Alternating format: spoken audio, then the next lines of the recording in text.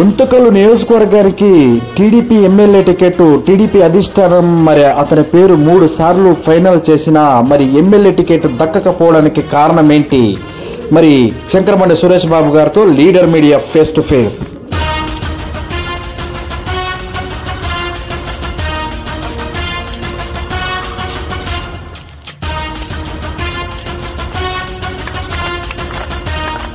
నమస్తే, చెప్పండి. మీరు అంటే ఆల్రెడీ గుంతకల్ నియోజకవర్గానికి ఎమ్మెల్యే టికెట్కి టీడీపీ తరఫున అంటే ఆశించడం జరిగింది. ఇక్కడ మరి మీ గురించి పూర్తిగా అంటే మా లీడర్ ఛానల్లో తెలుసుకునే ప్రయత్నం చేయండి. మీ ప్రాపర్ ఎక్కడ?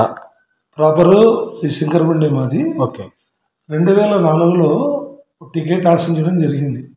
నా ఎంట్రీ వచ్చేసి 2002. మీరు టీడీపీలోకి రావడం? టీడీపీలోకి రావడం అంటే ఆల్మోస్ట్ ఆల్గా మా ఫ్యామిలీ ఎప్పుడు టీడీపీలోనే ఉంది. ఓకే. నేను పూర్తిగా అంటే మీరు పుట్టి పెరిగింది మొత్తం శంకరమండకి సంబంధించి అంటే ఎడ్యుకేషన్ పరంగా బళ్ళారి ఎడ్యుకేషన్ నాది. అంటే చదువుకోవడానికి బళ్ళారికి అంటే మీ ఫ్యామిలీ వ్యవసాయ పరంగా ఇక్కడే. మీ ఫాదర్? మా ఫాదర్ అంతా ఇక్కడే. వ్యవసాయమేనా? ఫార్మరేనా? ఫార్మరే. ఎన్ని ఎకరాల భూమి ఉండేది మీకు? మాకు వచ్చేసి 140 ఎకరాల భూమి. 140 ఎకరాలు. మీ ఫాదర్? మా ఫాదర్ అంటే వాళ్ళ బ్రదర్స్ పోయి మాకు 40 ఎకరాలు వచ్చింది. ఓకే. ఎంతమంది మీ వాళ్ళ బ్రదర్స్? 7 మెంబర్స్. అంటే ఇక్కడ 140 అయింది. ఆలూరు కాన్స్టిట్యున్సీలో ఒక 150 ఎకరాలు. ఆలూరు కాన్స్టిట్యున్సీ. ఆలూరు కాన్స్టిట్యున్సీ అంటే ఆలూరుకి సంబంధం ఏంటి మీది? అంటే మా పెద్దలది కొంతమంది మాకు ల్యాండ్స్ అక్కడ ఉండడం వల్ల అక్కడ కొంతమంది బ్రదర్స్ ఉండేవాళ్ళు. ఓకే. మా చిన్నాన్నోళ్ళు ఇక్కడ ఉండేవాళ్ళము. ఉమ్మడిగా ఉన్నప్పుడైతే అక్కడికి వచ్చేవాళ్ళం, ఇక్కడికి వెళ్ళేవాళ్ళము. మేము డివైడ్ అయిన తర్వాత ఇక్కడ షిఫ్ట్ అయిపోయినాము. వాళ్ళు అక్కడ ఉన్నారు. అక్కడ మా బ్రదర్ కూడా, మా చిన్నాయన కొడుకు ఒక జెడ్పీటీసీగా 2014లో మీనాక్షి నాయుడు అని చెప్పి అబ్బాయి చిపిగిరి మండలం జెడ్పీటీసీ కూడా పనిచేశాడు. మీనాక్షి నాయుడు. యాక్చువల్గా మా జనరేషన్లో మేము పొలిటికల్గా వచ్చాము. 2002లో వచ్చినప్పుడు క్రియాశీలక కార్యకర్తగా వచ్చినప్పుడు టికెట్కి నేను ట్రై చేస్తే, అంటే మీ ఫాదర్స్కి వాళ్ళకి సంబంధించి మీ ఫాదర్స్ పొలిటికల్గా అప్పుడు ఏమన్నా ఉన్నారా? పొలిటికల్గా బ్యాక్ సపోర్ట్ ఉండేవాళ్ళే కానీ పొలిటికల్గా ఇన్వాల్వ్మెంట్ చేసేవాళ్ళు కాదు. మా ఫాదర్కి ఎస్పెషల్లీ పాలిటిక్స్ ఇంట్రెస్ట్ లేదు. కాకపోతే మంచి బెస్ట్ ఎడ్యుకేటెడ్ అయినా మంచి బిజినెస్ మ్యాన్. అప్పటికి ఏమంటే ఆయనకు ఎవరైనా వచ్చి ఆయన సహకారం కోరితే వాళ్ళకి సపోర్ట్ చేసేవాడు. ఓకే. అంతకు మునుపు కూడా టీడీపీ లేనప్పుడు కూడా మా ఫాదరు జనతాదళకి యూటికే చేశాడు తప్ప కాంగ్రెస్లో ఎప్పుడూ లేడు. ఫాదర్ పేరు? మా ఫాదర్ పేరు రామాంజనేయులు చౌదరి. ఓకే. దాని తర్వాత నేను రావడం కారణం ఏమంటే, మీ ఫాదర్కి మీరు ఎంతమంది? ఇద్దరు అబ్బాయిలు, ఒక అమ్మాయి. మీరు 2 బ్రదర్స్. ఓకే. ఒక సిస్టర్. మీరు ఫస్ట్? లేదు, మా సిస్టర్ ఫస్ట్. ఓకే. తర్వాత మా అన్న. ఓకే. మీరు లాస్ట్. ఓకే.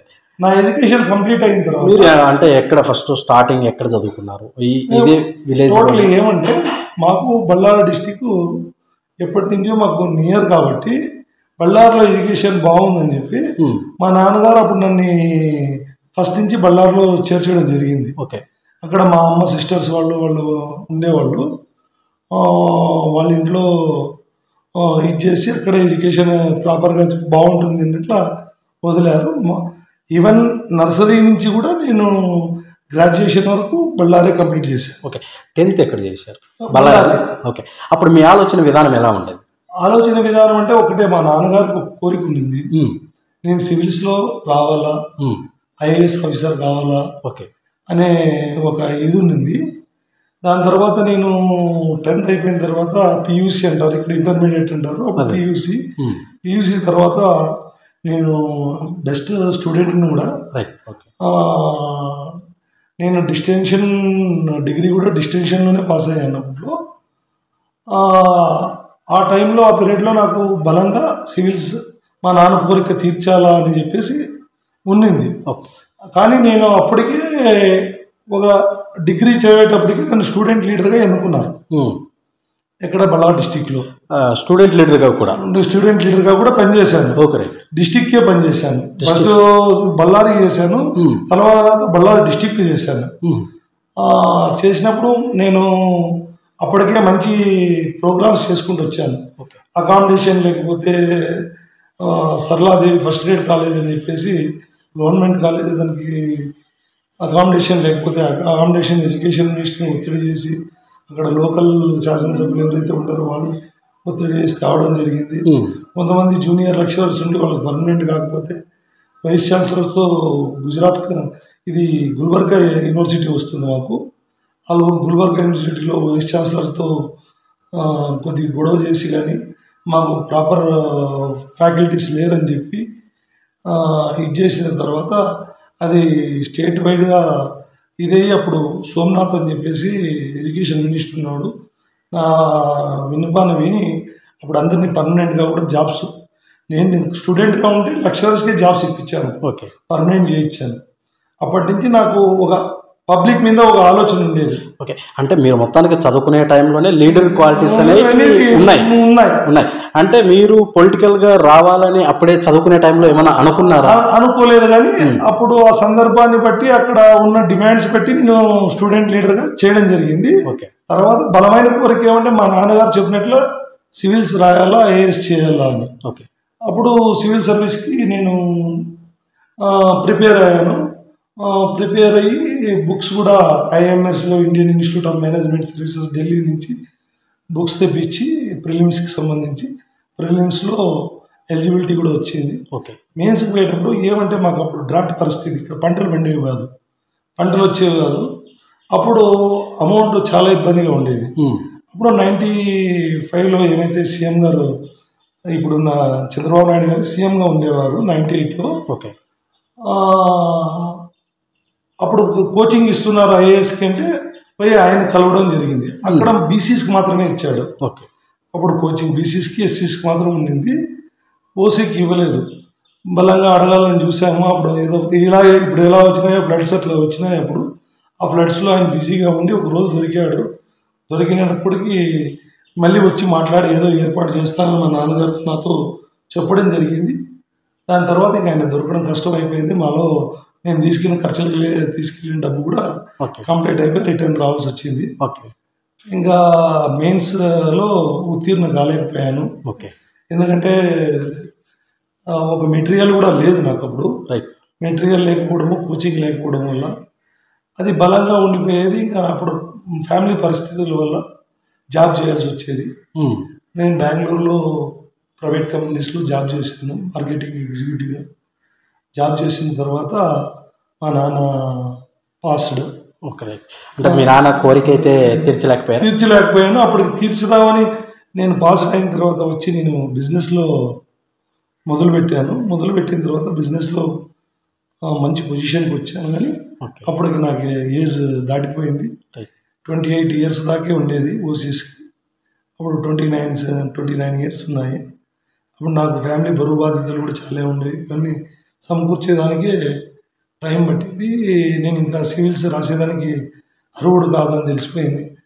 అది అయిపోయిన తర్వాత నాకు ఒక అమౌంట్ నేను సంపాదిస్తూ నా ఫ్యామిలీని సెటరేట్ చేసిన తర్వాత నేను అనుకున్నది ఒకటి, I want to do something for this society. ఈ సమాజానికి ఏదైనా చేయాలా అనేది దృఢ సంకల్పంతో ఎప్పుడు సంకల్పంగా ఉండేది నాకు స్టూడెంట్ లైఫ్ నుంచి. ఏం చేయాలి ఇప్పుడు, ఐఏఎస్ ఆఫీసర్ని ఇప్పుడు కావాలంటే కాలేను, ఇది కాదు, ఏం చేయాలనుకున్నాను.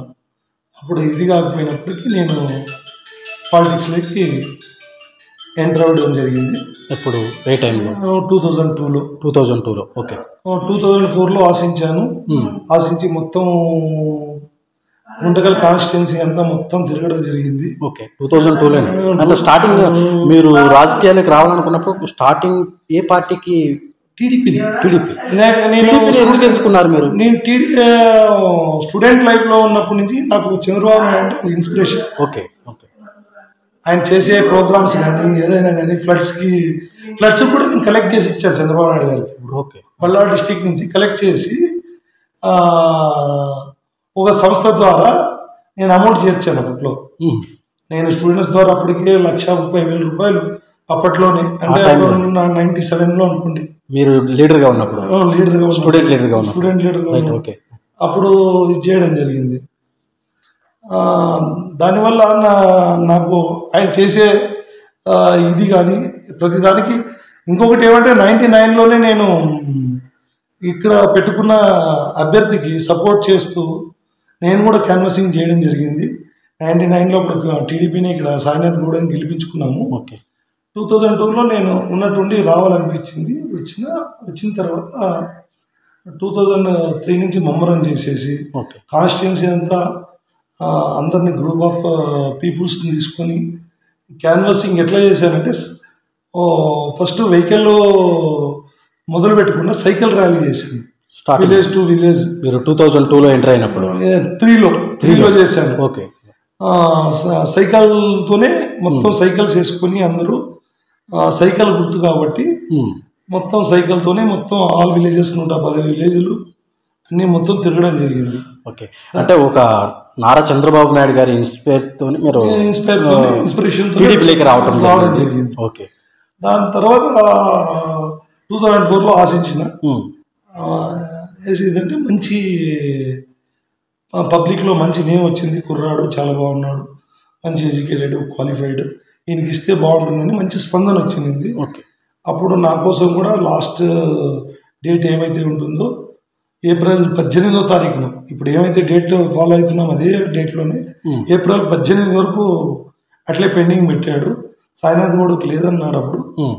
అప్పుడు పెండింగ్ పెట్టినప్పుడు ఈయన కేసీ నారాయణ గారు అట్లాంటి పెద్ద విషయాలు చెప్పకూడదు కానీ సందర్భం మీరు అంటే టీడీపీలో పార్టీలోనే ఎమ్మెల్యేగా అంటే ఎన్నిసార్లు మీరు టికెట్ కోసం ఆశించడం జరిగింది ఇక్కడ ఈ నియోజకవర్గానికి?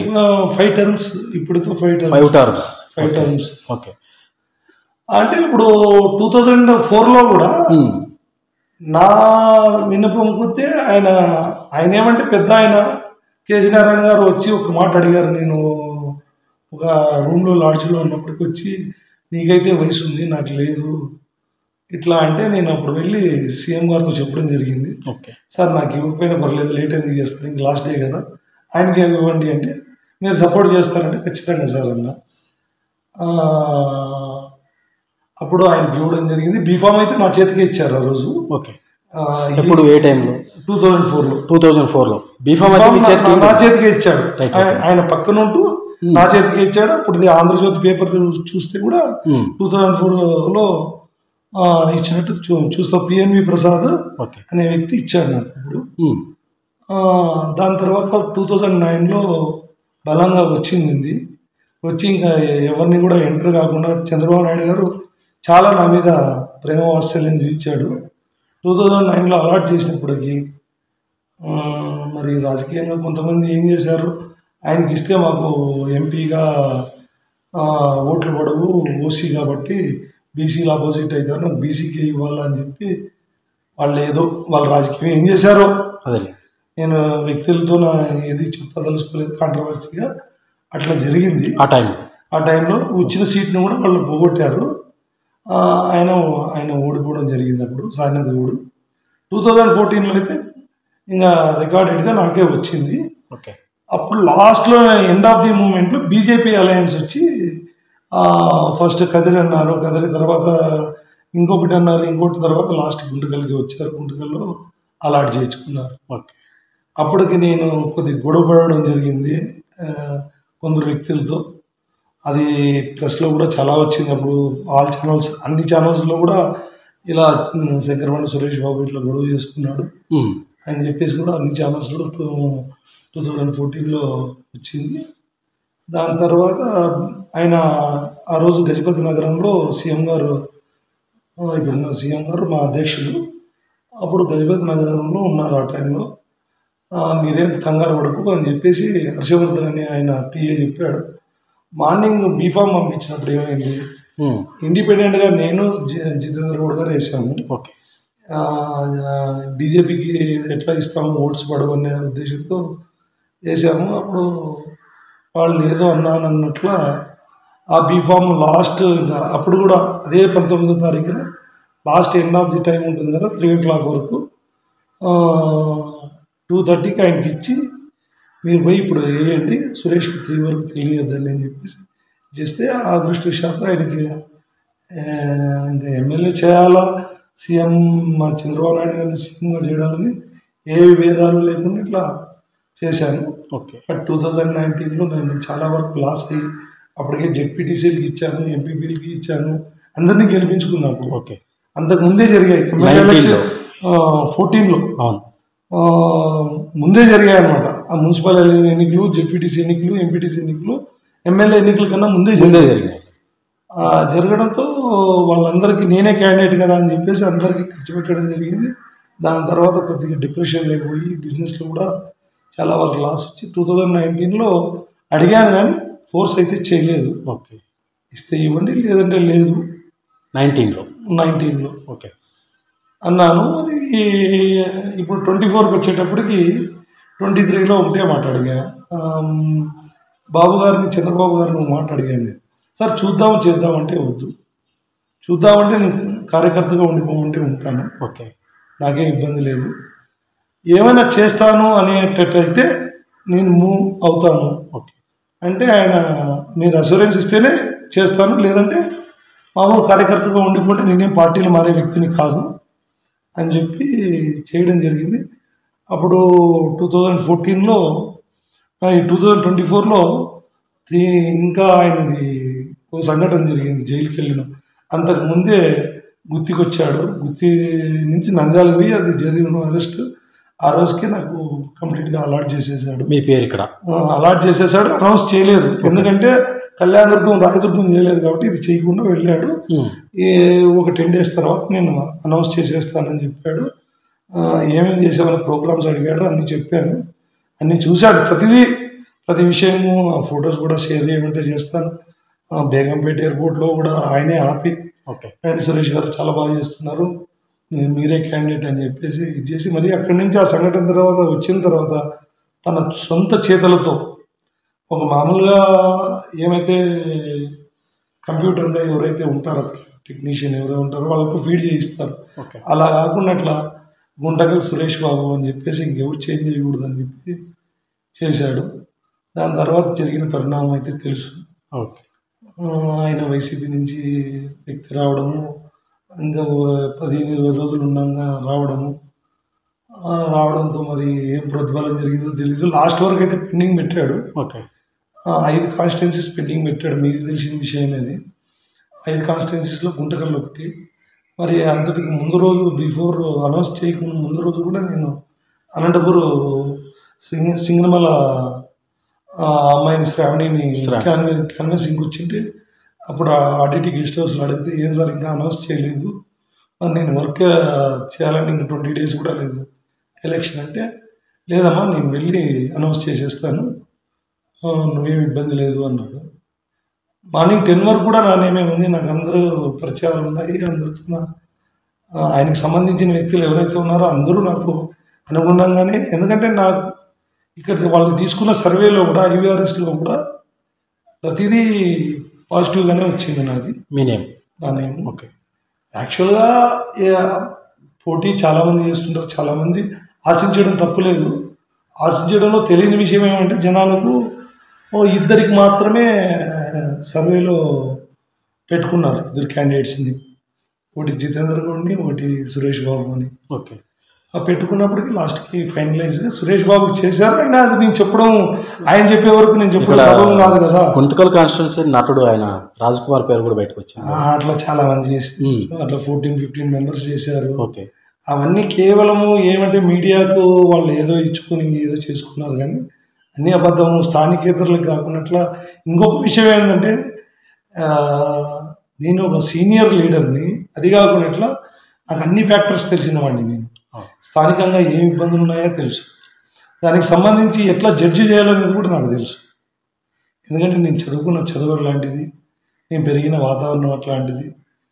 నేను పల్లె వాతావరణంలో ఇప్పటికీ ఉంటున్నాను, ఇష్టపడుతున్నానంటే కేవలం పల్లె ప్రజల్ని ఆ ప్రేమను పోగొట్టుకోలేక దానికోసమే ఉంటున్నాను. ఇప్పుడు నేను కూడా వెళ్తుంటాను కదా దారిలో, కులం తలం అనేది ఉండదు. ఎవరికైనా మామ అని పిలిచేవాడు పిలుస్తాడు, అన్న అని పిలిచేవాడు పిలుస్తాడు, చిన్నాన్న అనేవాడు ఉంటాడు, పెద్దనాన్న అనేవాడు ఉంటాడు. ఎవరేమన్నా కూడా పలుకుతాను నేను. రైట్. అంటే ఇప్పుడు మీకు ఈ జర్నీలో అంటే పొలిటికల్గా ఎంటర్ అయినప్పటి నుంచి 2002 నుంచి చూసుకుంటే 2024 వరకు మీ జర్నీ మీరు చెప్తుంటే కూడా మాకు ఏదోగా అనిపిస్తుంది. మరి మీకు ఎలా అనిపించింది ఈ జర్నీ పొలిటికల్ ఎంట్రీ అయిన తర్వాత? ఈ జర్నీలో ప్రతిసారి సురేష్ బాబు బీఫామ్ కన్ఫర్మ్డ్ అనే టైంలో మరి మిస్ అవుతూ ఇలా 2024 వరకు విషయం ఏంటంటే 2024లో జరిగిన సంఘటన ఏమంటే అనౌన్స్ అయిన తర్వాత కూడా బీఫామ్ దాకా వెయిట్ చేయమన్నాడు. బీఫామ్ నీకే ఇస్తా అన్నాడు. ముందు రోజు కూడా నన్ను పిలిచారు బీఫామ్కు, రేపు వచ్చేసి ఇస్తామని. అక్కడ బీఫామ్ పోయేటప్పుడు మరి ఆయన బీసీ కావడంతో బీసీ ఆయనకి ఇప్పుడు ఇది చేస్తే అనౌన్స్ చేసిన వ్యక్తికి బీసీ ఓట్లు ఏమైనా మిస్ అవుతాయి ఏమైనా ఆలోచన చేశారేమో నాకేం తెలియదు. మరి అట్లాగా లాస్ట్లో ఫైనలైజ్గా 1 o'clock 2 o'clock ఇచ్చారు. అప్పుడు ఆ రోజున నాకు ప్రశ్న కూడా చాలా వరకు వచ్చింది, గొడవపడ్డాను, నా సీట్ నాకు ఇవ్వాల్సి ఉంది అని చెప్పేసి.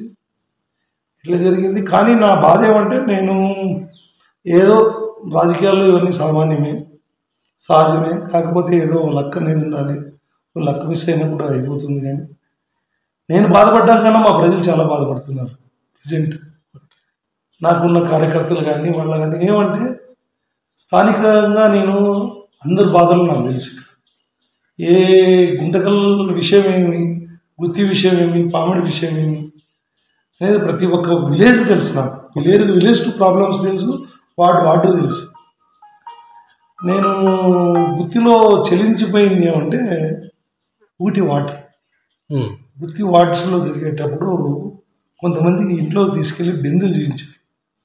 ఓ పెద్ద ఆవిడ చూపించి, నాయన నువ్వు ఏం చేయకపోయినా పర్లేదు, నాకు పెన్షన్ రాకపోయినా పర్లేదు, ఏం రాకపోయినా పర్లేదు, నీళ్ళు ఒకటి ఇస్తే చాలు నాయన అని చెప్పేసి ఆమె వెళ్ళి ఒక 30 బిందెల దాకా చూపించింది ఇంట్లో. ఇవే స్టాక్ పెట్టుకొని 20 రోజులకు ఒకసారి వస్తే ఇట్లాంటి అవి ఎన్ని బ్యాక్టీరియాస్ ఉంటాయి అంటుంటారు. అప్పుడు నాకు నైట్ వచ్చి నాకే నిద్ర పట్టలేదు. మనం ఇంత సంతోషంగా ఉన్నాము, వాళ్ళు ఎంత ఇబ్బందుల్లో ఉన్నారు కదా అని చెప్పేసి ఒక మాట ఇవ్వడం జరిగింది. నేను నాకు అనౌన్స్ అయిన వెంటనే నేను మీకు నీళ్లు సప్లై చేస్తుంటాను, ఎన్నిక అయిపోయిన వెంటనే బిల్లు పెడితే ఎప్పుడో వస్తుందేమో కానీ అసెంబ్లీకి నేనైతే కొండ చుట్టూ ఏవైతే గుత్తి కొండ ఉందో అటు చుట్టూ ఒక 8 ట్యాంకర్స్ని బిల్డ్ చేసి సౌత్ ఈస్ట్ వెస్ట్ నార్త్ అని, north east north west, south west అని 8 దిక్కులుగా పెట్టేసి అన్నిటికీ కృష్ణా వాటర్ పైప్ లైన్ తీసుకుని నా సొంత ఖర్చులతో చేయాలని చెప్పేసి ఉన్నది. మరి అప్సెట్ జరిగింది. అయినప్పటికీ కూడా నేను ఏమైతే ఇది ఉన్నానో దానికి ఇప్పటికీ బాధపడుతున్నాను.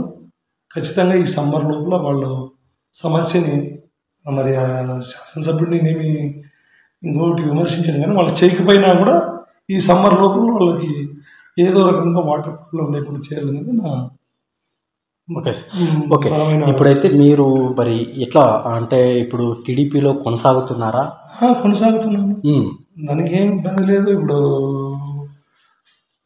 ఆయన మెయిన్ దీంట్లో పార్టీకి సపోర్ట్ చేయడం జరిగిందా? సపోర్ట్ చేయడం జరిగింది. ఆయన నన్ను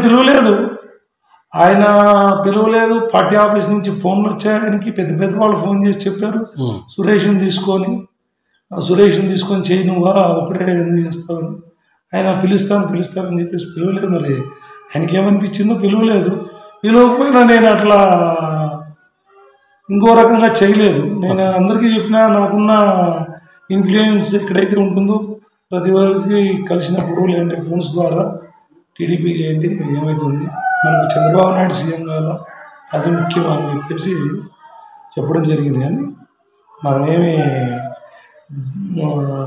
ద్రోహం చేయడం అనేది నాకు తెలియదు పార్టీకి. అది ఏ వ్యక్తి అయినా కావచ్చు. స్థానికంగా ఏమైతే ఇబ్బందులు ఉన్నాయో ఇప్పుడు స్టేట్ కార్పొరేషన్స్లో ఇస్తామని చంద్రబాబు నాయుడు గారు చెప్పడం జరిగింది. లోకేష్ బాబు గారు కూడా మనం కలిసినప్పుడు అన్నా జరిగింది, మీట్ అయ్యాను. ఫొటోస్ కూడా మీకు పంపిస్తాను. అన్నా జరిగింది, ఏదో జరిగిపోయింది, ఇప్పుడు నీకు మంచి పదవి ఇస్తున్నాము. నామినేటెడ్ అయితే ఆఫర్ ఉంది, ఆఫర్ ఏమి బెస్ట్ ఆఫరే ఉంది. బట్ నేనేమన్నాను, నాకు అర్హత ఎంత ఉంటుందో అదే ఇవ్వండి అన్నాను కదా. ఓకే. ఫలానాది ఇవ్వని అడగలేదు నేను. బట్ ఒక విషయం ఏంటంటే, ఎనీ ఫ్యాక్టర్ ఇచ్చండి, any factor it may be ask any mining or forest or any department, civil services, civil supplies, okay. అట్లా ఏ డిపార్ట్మెంట్ అడిగినా కూడా నాకు తెలుసు. ఎందుకంటే నేను ప్రిలిమ్స్ రాశాను కాబట్టి, నేను కాన్స్టిట్యూషన్ చదివినవాడిని కాబట్టి, అన్ని జనరల్ స్టడీస్లో నాకు ఉంటాయి కాబట్టి నాకు ప్రతి డిపార్ట్మెంట్ గురించి తెలుసు. అందుచేత నేను ఏది ఇచ్చినా ఇది చేస్తూ తనకు న్యాయం చేస్తాను ఆ పదవికి అని చెప్పాను. ఆయన బాబు గారు ఏమంటారు, ఒకటే అంటారు, ఏమయ్యా నువ్వు బాధపడొద్దా, నేనున్నా కదా నీకెందుకు అన్నారు. ఇంకా ఈ మంత్ వస్తాయండి ఫ్లడ్స్ రావడం జరిగింది. ఈ ఫ్లడ్స్ రావడంతో ఇప్పుడు మనం ఇది కాదు, అక్టోబర్లో ఆల్మోస్ట్ ఆల్గా ఉండొచ్చు. ఓకే.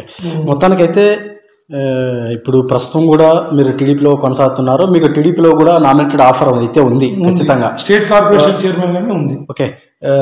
అంటే మీరు అప్పుడు ఇక్కడ మీ ఫ్యాక్షన్కి సంబంధించిన విలేజెస్, మీకు మీ ఫ్యామిలీకి ఏమైనా ఫ్యాక్షన్ ఉందా? లేదు. అప్పట్లో కూడా అప్పట్లో పూర్వం ఏమైనా ఉందేమో కానీ, నేను చదువుకుని వచ్చిన తర్వాత ఒకటి వాటర్ షెడ్ కమిటీ అని చెప్పేసి అప్పుడు ఇచ్చారు.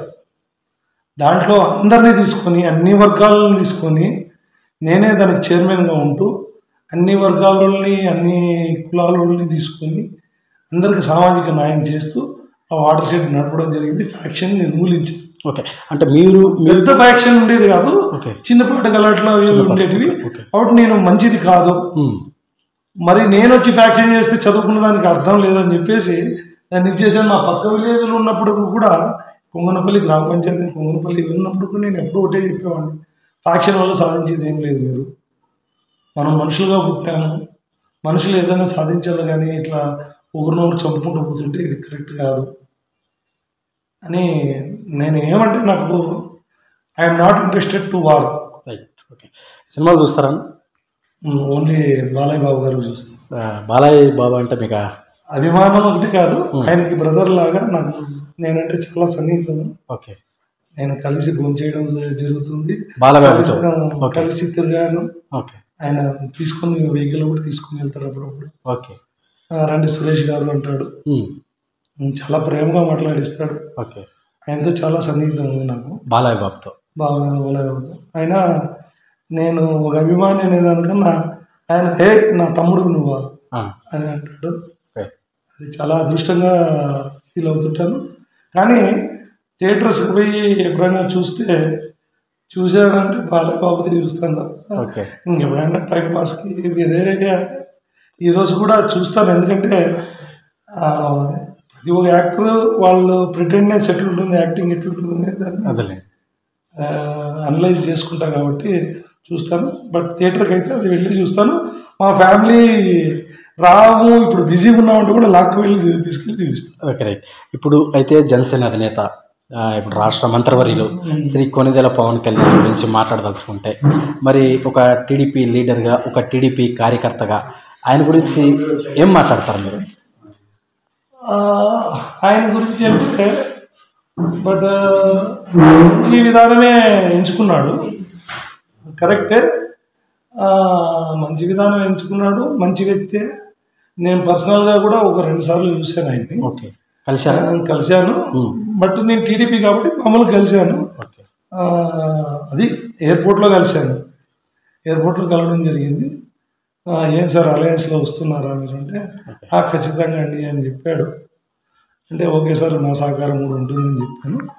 బట్ నేనేమంటానంటే, నేను ఆ స్థాయి కాదేమో అది చెప్పడము, ఇంకా నేర్చుకోవాల్సింది చాలా ఉంది ఆయన అని అనిపిస్తుంది. అంటారా? ఎందుకంటే ఇప్పుడు నేర్చుకుంది చాలదు. అంటే రీసెంట్గా మనం చూసాం పంచాయతీల్లో, అంటే మన ఆగస్టు 15th కూడా ఆయన మా మేజర్ పంచాయతీకి అయితే 25,000 రూపాయలు, మైనర్ పంచాయతీలకు అయితే 10,000 రూపాయలు ఇవ్వడం జరిగింది. దీన్ని ఎలా చూసుకోవచ్చు? అంటే చిన్నప్పటి నుండి మీరు ఒక చదువుకున్న వ్యక్తిగా. ఒక విషయం ఏంటంటే, అమౌంట్తో ముడిపెట్టద్దు. ఓకే. అమౌంట్ని ఇప్పుడు ఎంతవరకు ఇవ్వగలడు ఆయన? ఇప్పుడు 6 కోట్లు ఇచ్చాడు ఆయన ఫ్లడ్స్కి, ఇంకా 600 కోట్లు ఇవ్వమంటే ఇవ్వలేడు కదా. ఆయనతో ఉంటే ఇస్తాడు, లేకపోతే ఇవ్వలేడు కదా. దానికన్నా నేనేమంటానంటే చంద్రబాబు నాయుడు గారు స్కూల్లో ఉంటే ప్రతి ఒక్కరు పర్ఫెక్షన్ అనేది వస్తుంది. ఇంకా ఆయన్ని ఫాలో కావడము, ఆయనే మన ఎక్కడో ఒక మీటింగ్లో ఇంకా నాకు ప్రజాకర్షణ ఉంది కానీ అనుభవం లేదు, పరిపాలన అనుభవం లేదు అంటే, పరిపాలన అనుభవం అనేదానికన్నా నేర్చుకుంటే ఏం పెద్ద విషయం కాదు, ఆయనకేం తెలియదు ఏం ఉండదు. నేర్చుకుంటే పెద్ద విషయం కాదు. ఎందుకంటే ఇంకా కొద్దిగా పబ్లిక్లోకి పూర్తిగా మింగల్ కాలేదేమో అనిపిస్తుంది. బట్ నేను అది క్రిటిసైజ్గా తీసుకోవద్దండి, వాళ్ళ కాన్స్టిట్యున్సీస్ కైండొచ్చు, కానీ పూర్తిగా రాష్ట్ర వైపు పూర్తిగా మావాడు పవన్ కళ్యాణ్ అని ఇంకా కొంతమంది కూటమి వ్యక్తులు భావించడం లేదేమో, ఒక లీడర్స్ తప్ప ప్రజలు అని అనిపిస్తుంది. బట్ నాకైతే ఆయన జడ్జి చేయాల్సిన అవసరం లేదు. బట్ నేనైతే ఒక విషయం చెప్తాను, పంచాయతీలకు కూడా ఆయన తీసుకుని పంచాయతీ శాఖ మంత్రిగా కూడా ఆయన అంటే ప్రతి పంచాయతీకి వాటర్ సమస్య కావచ్చు, సిసి రోడ్స్ కావచ్చు, బల్బ్స్ కావచ్చు, వీటి కోసం కూడా నిధులు కేటాయించడంలో చాలా ఫాస్ట్గా కనిపిస్తుంది. ఇప్పుడు ఏం చేసినా మంచిదే, ఆయనతో డబ్బు ఉంది, సినిమాకి రెమ్యునరేషన్ వస్తుంది, ఇస్తున్నాడు. నేను ఆ విషయానికి వస్తే మన జగన్మోహన్ రెడ్డి రాష్ట్రాన్ని ఈ 5 సంవత్సరాలు కాకుండా ఆయనతో అంత డబ్బు ఉంది, చాకగలడా చెప్పు, చాకలేడు, పోషించలేడు ఆయన. ఎందుకని ఆయన గుణం అది కాదు. ఈయనకి ఆ గుణం ఉంది కాబట్టి ఉన్న దాంట్లో పెడతామనే గుణం ఉంది కాబట్టి ఇట్ ఇస్ వెరీ గుడ్. కానీ నేను మీ వీడియో ద్వారా ఎవరు పవన్ కళ్యాణ్ అభిమానులు కానీ ఎవరైనా కానీ చిన్న చిన్న నాయకులు కానీ తప్పు తెలుసుకోవాలంటే ఒకటే మాట చెప్తాను, ఒకటే, we should not repeat A history, we have to create our own history. మనం చరిత్రలు ఎప్పుడూ చదువుకుంటూ పోకూడదు, ఏం వాళ్ళు ఇట్లా చేశారు వీళ్ళు ఇట్లా చేశారు అది. మనం చరిత్ర ఏమైనా మనం సృష్టించాలి. మనం ఎప్పుడూ వివేకానంద ఇట్లా చేశాడు, మహాత్మా గాంధీ ఇట్లా చేశాడు, ఇన్స్పిరేషన్ కదా, ఇన్స్పిరేషన్ తీసుకోవడము మనసులో ఉండాలి, కానీ దాన్ని ప్రతి దాంట్లో మూవ్ కాకూడదు. నువ్వు క్రియేట్ చేసుకోవచ్చు, ఆయన చాలా అవకాశాలు ఉన్నాయి ఇప్పుడు క్రియేట్ చేసుకునే. ఆయన చరిత్ర సృష్టించుకునే దానికి ఏజ్ ఏం పెద్ద ఏజ్ కాదు, 51-52 ఇయర్స్, చాలా అవకాశాలు ఉన్నాయి. మా లాంటి వాళ్ళు కూడా చాలామంది ఫాలోవర్స్ ఉన్నారు. బట్ రియల్గా మానవత్వ దృక్పథంతో ఉన్న వ్యక్తి అయితే దాన్ని ఒప్పుకుంటాను నేను. I'm accepted, but is going to give a respect to all the peoples. ప్రతి ఒక్కరిని గౌరవిస్తాడు, ప్రతి ఒక్కరి బాధని తన బాధగా తీసుకుంటాడు. దాంట్లో ఎందుకంటే ఎన్నికలకు ముందు కూడా వీళ్ళు చేపలు పట్టే వాళ్ళది ఏదో సమస్య ఉంటే వాళ్ళకి కానీ సహకారం చేశాడు. ఓకే, శంకరబండ సురేష్ బాబు గారు అంటే రాజకీయంగా ఎంట్రీ అయిన తర్వాత పొలిటికల్గా ఎందుకు వచ్చాం అనే అనుకున్న రోజులు ఉన్నాయా? మా ఫ్యామిలీలో నన్ను అన్నారేమో కానీ నేను ఎప్పుడు అట్లా అనుకోలేదు. ఓకే, నేనేమంటే మా ఫ్యామిలీలో కొంత ఎందుకు మన బిజినెస్లు మనకు ఉన్నాయి, మనం చేసుకుంటాం, ఎప్పుడైనా నువ్వేమన్నా చిన్న వర్క్ చేసావా, ఏం చేసావు దీంట్లో గవర్నమెంట్లో అని చెప్పేసి మనకేమైనా లబ్ధి పొందింది ఏం లేదు కదా, దాంట్లో అవసరమని మన ఫ్యామిలీ మన పిల్లలు ఇది చూసుకుంటూ ఉండొచ్చు కదా అని చెప్తుంటారు. మామూలుగా ఆడవాళ్ళు ఆలోచనలు అట్లా ఉంటాయి కాబట్టి. కానీ నేను నా పిల్లలు బాగు కోసమే అని నేను పుట్టలేదేమో, ప్రజల కోసం కూడా కొంత చేయాలా అనే. బట్ నేను అంతా చేస్తానని నేను చెప్పను, కానీ చంద్రబాబు నాయుడు అనేది నా దృష్టిలో ఒక బుక్, ఓకే, పెద్ద డిక్షనరీ ఆయన, ఒక బుక్. దాంట్లో ఒక పారాగ్రాఫ్ కావాలనుకోవడం లేదు, కానీ ఒక సెంటెన్స్ అయినా కూడా చాలు అనే ఆలోచన. ఓకే, మళ్ళీ మరి మీరు మీ ఎంట్రీ అయితే వెనక్కి పడే అవసరం లేదంటారా? రాదు, మీ అడుగు ముందుకే until my okay end of the life. Okay, but I'm not going to see back. Right. Okay, ఎన్ని ఒడిదొడుకులు వచ్చినా వెనక్కి తగ్గును, వెనక్కి లోగును, ఎవరికి తల వంచే పనులు చేయను. ఓకే, చివరగా శంకరబండ సురేష్ బాబు గారి లక్ష్యం ఏంటి? లక్ష్యం అంటే ఒకటే, అందరూ చెప్పే మాటే, దొంగలు చెప్తుంటారు, మంచి వాళ్ళు చెప్తుంటారు, దాంట్లో అందరినీ సబ్స్ట్రాక్షన్లు అన్నప్పుడు మల్టిపుల్ చాయిస్ కూడా చూసుకోవాలా. ప్రజాసేవే, ప్రజలు బాగుండడమే నాకు ఒకటే లక్ష్యం. నేను ఇప్పుడు స్టేట్ కార్పొరేషన్లో ఇచ్చినా కూడా ముఖ్యంగా నా గుంటకల్ నియోజకవర్గం, I want to see the welfare of the society, I want to see some cheerfulness in the eyes of the people. వాళ్ళు కళ్ళల్లో నేను ఆనందాన్ని చూడాలి. నా గుంటకల్ ప్రజలు రోడ్లైనా ఇంకోటైనా డ్రైనేజ్లైనా పీకర్ సెక్షన్స్లో చాలా డ్రైనేజ్లు కాలువలు వారుతూ ఉన్నాయి, దోమలు కుడుతున్నాయి. ఇవన్నీ ఏది లేకున్నట్లా చేయాలా. గుంటకల్ని గుంటకల్ రైల్వే స్టేషన్ చూస్తే ఏదో పెద్ద సిటీ అన్నట్టు ఉంటుంది, గుంటకల్లోకి వెళ్ళి చూస్తే చాలా ఇదిగా ఉంటుంది. ఇట్లా కాకుండా ఒక అండర్ డ్రైనేజ్ సిస్టమ్ తీసుకురావాలి. అక్కడ పామిడిలోని వీకర్ సెక్షన్స్ ఉందా చాలా కాలువలు వదిలేరు, అవన్నీ లేకుండా పైన ప్రజలకు ఇది కాకుండా చూడాలా అని చాలా అంశాలు ఉన్నాయి. మరి ఆ దేవుడు నాకు సహకరించి, బాబు గారు సహకరించి, బాలయ్య బాబు గారు కూడా ఆ సహకారంలో భాగమే ఉంటారు ఎప్పుడు. కానీ ఆయనకి తమ్ముడుగా నేను ఎప్పుడు నేను భక్తుడుగా, ఆయన భక్తుడినే నేను. వీళ్ళ సహకారంతో అవకాశం వస్తే ఖచ్చితంగా ప్రజాశ్రేయస్ కోసమే పాటుపడతాను. ఇంకో విషయం, నా ఫ్యామిలీ విషయానికి వస్తే ఐఎమ్ వెల్ సెటిల్డ్. నా భార్య employee, software employee, senior manager. మా అమ్మాయి మొన్న ఐఐటిలో ర్యాంక్ వచ్చింది, కాన్పూర్ ఐఐటిలో ఇప్పుడు బీటెక్ చేస్తుంది. 17 లక్షల మంది రాసింటే 17,000 మందికి మాత్రం ఉంటే నా కూతురు 2,519 ర్యాంకు సాధించింది. అది విషయం. ఇంకా మా అబ్బాయి ఇంకా చదువుతున్నాడు, చిన్న వయసు, 10th క్లాస్. ఫ్యామిలీ గురించి నాకు ఆలోచన లేదు. ఇంకా పొలాలు కోవులు ఉంటాయి. వ్యవసాయం కూడా చేస్తారా? వ్యవసాయం చూస్తాను, చేసేదానికి టైం ఉండదు. ఓకే, మరి ఇది మరి ఆ గుంతకల్ నియోజకవర్గానికి సంబంధించి మరి టీడీపీ లీడర్ అయినటువంటి మన శంకరమండ సురేష్ బాబు గారితో మరి ఆయన అంతర్గతం మనం ఈరోజు మన ఛానల్తో పంచుకోవటం జరిగింది.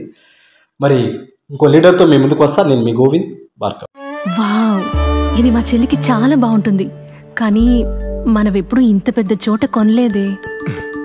ఫేర్ ప్రైస్ ప్రామిస్ తో నమ్మకమైన బంగారు ఆభరణాలు ఇంత పెద్ద రేంజ్ లో దొరుకుతుంటే ఇంకా ఆలోచిస్తావేంటి? Fair price ప్రామిసా? అదేంటి? బంగారమైన వజ్రమైన ఖచ్చితమైన ధర, నమ్మకమైన ధరకు. ఇది మలబార్ వారి ప్రామిస్, వాళ్ళ పారదర్శకత. సో నిశ్చింతగా సంబరాలు ప్రారంభించే మలబార్ ఫేర్ ప్రైస్ ప్రామిస్. ప్రతి ఒక్కరికి, ప్రతి రోజు, ప్రతి చోట.